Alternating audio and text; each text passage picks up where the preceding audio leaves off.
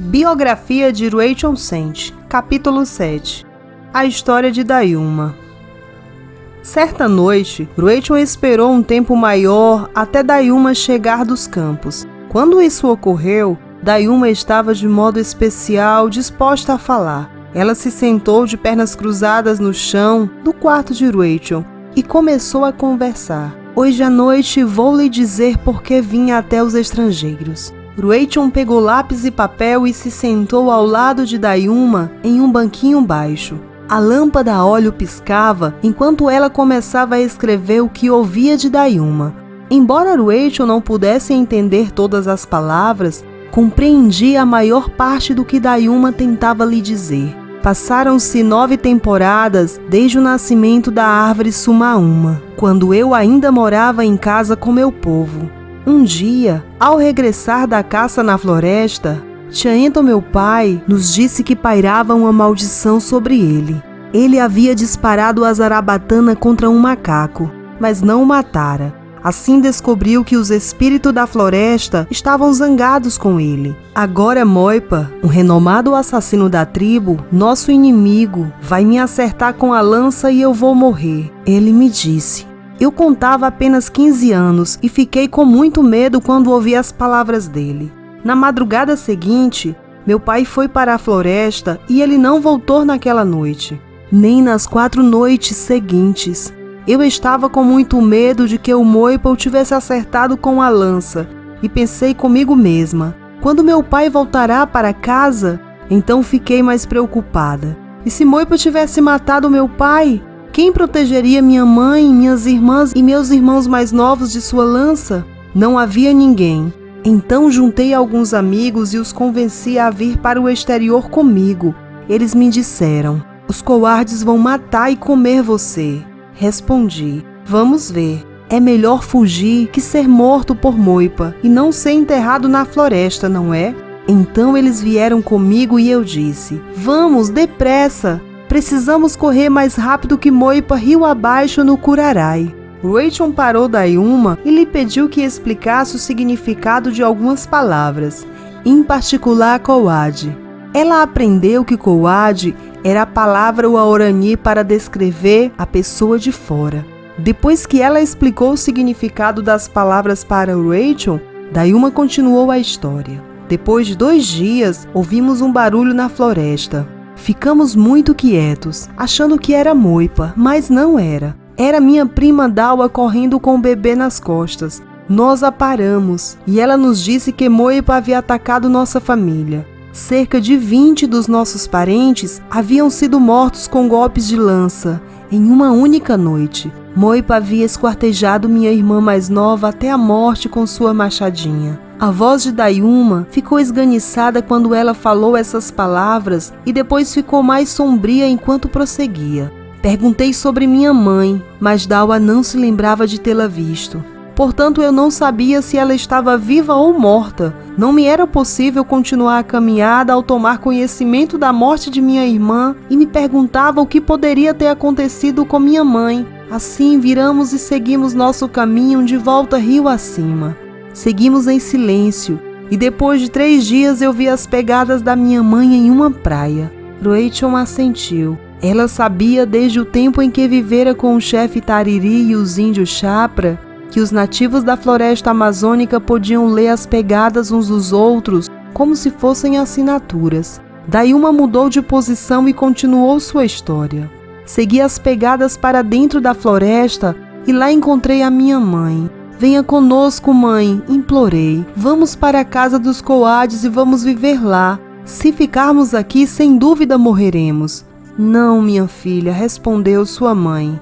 Não serei comida de Coade. Eles não matam todo mundo que vai até eles? Eu não sei, disse eu a ela, mas eu vou em paz até lá e verei o que acontecerá comigo.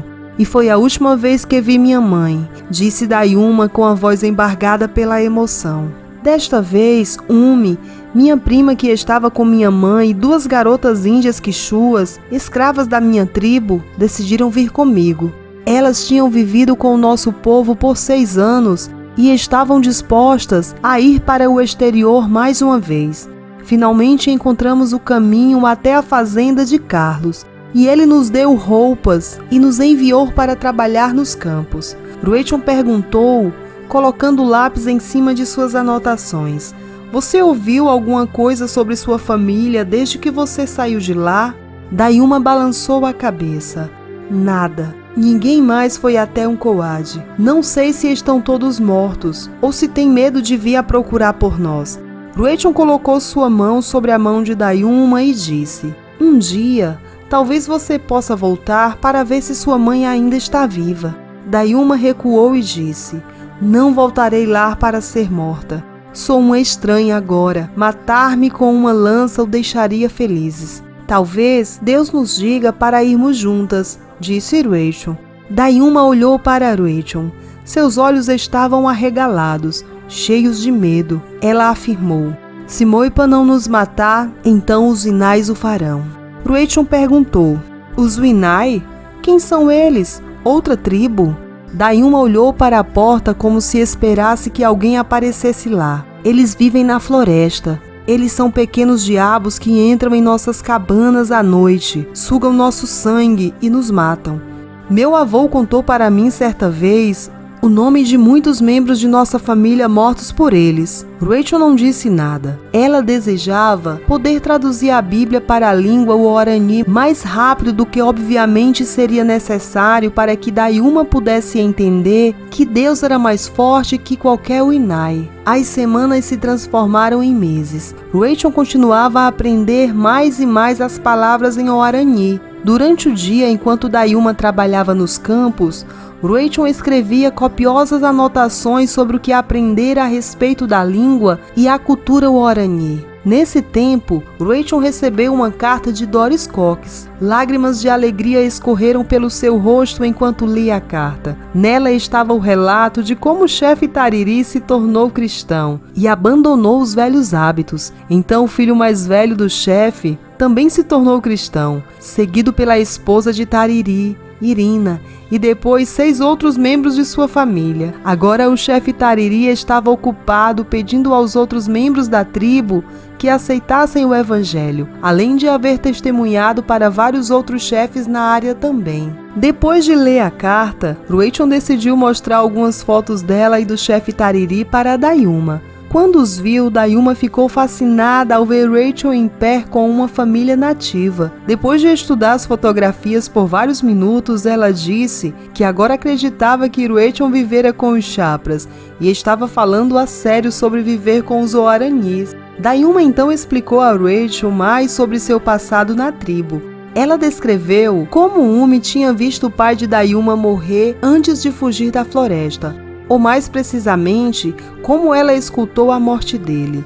De acordo com Umi, Chaento fora acertado por Moipa no ataque e seriamente ferido.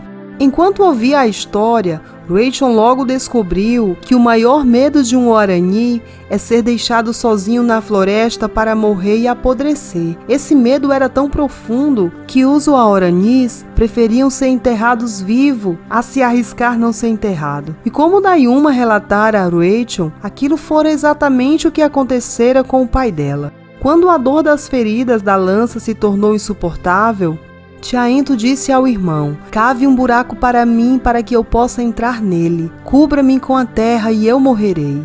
E seu irmão fez isso. Seguindo a tradição, antes de cobrir o buraco com terra, ele colocou umas ripas de madeira para criar um espaço para respirar.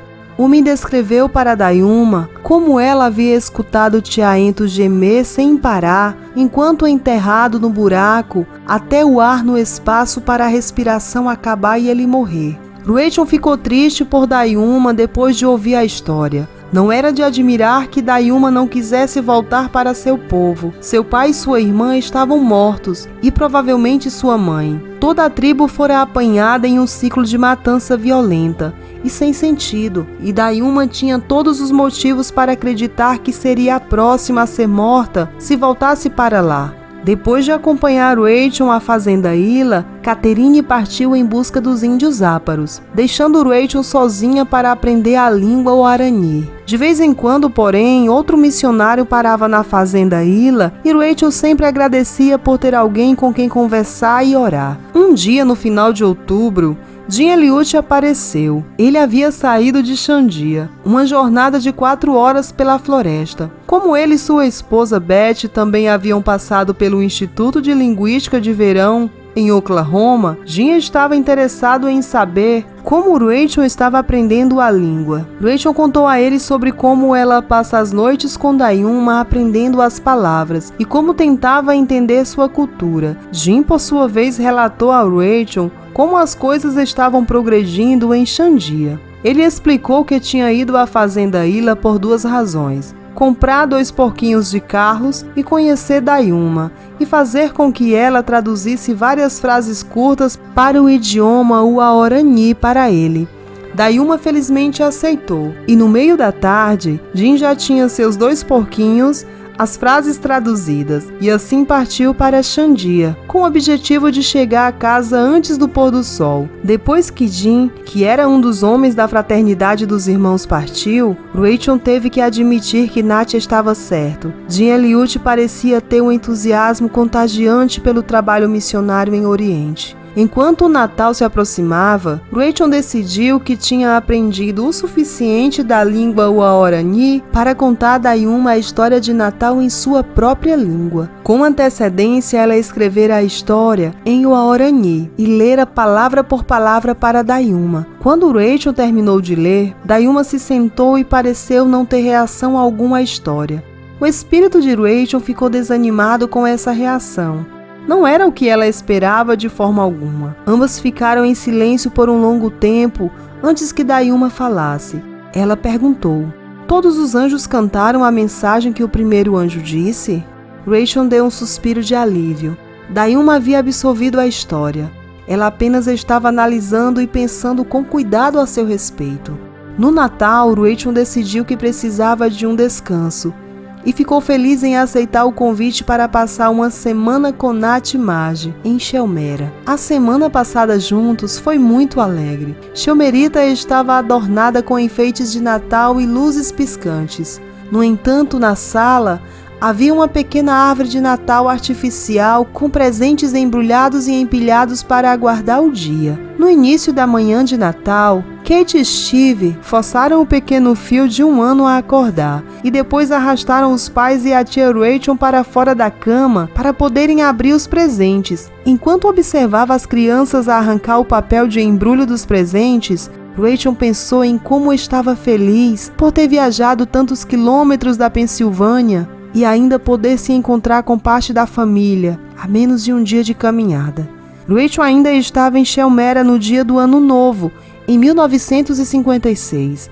Ela passou algum tempo a refletir sobre o que estaria por vir, enquanto tentava alcançar os Guaranis com o Evangelho. De fato, havia bem mais perguntas que respostas sobre o ano que se aproximava e o que ele lhe traria. Ao pensar no ano seguinte, ela orou: "Senhor, eu não sei o que o futuro reserva. Alcance a tribo com ou sem mim, mas por favor alcance a tribo."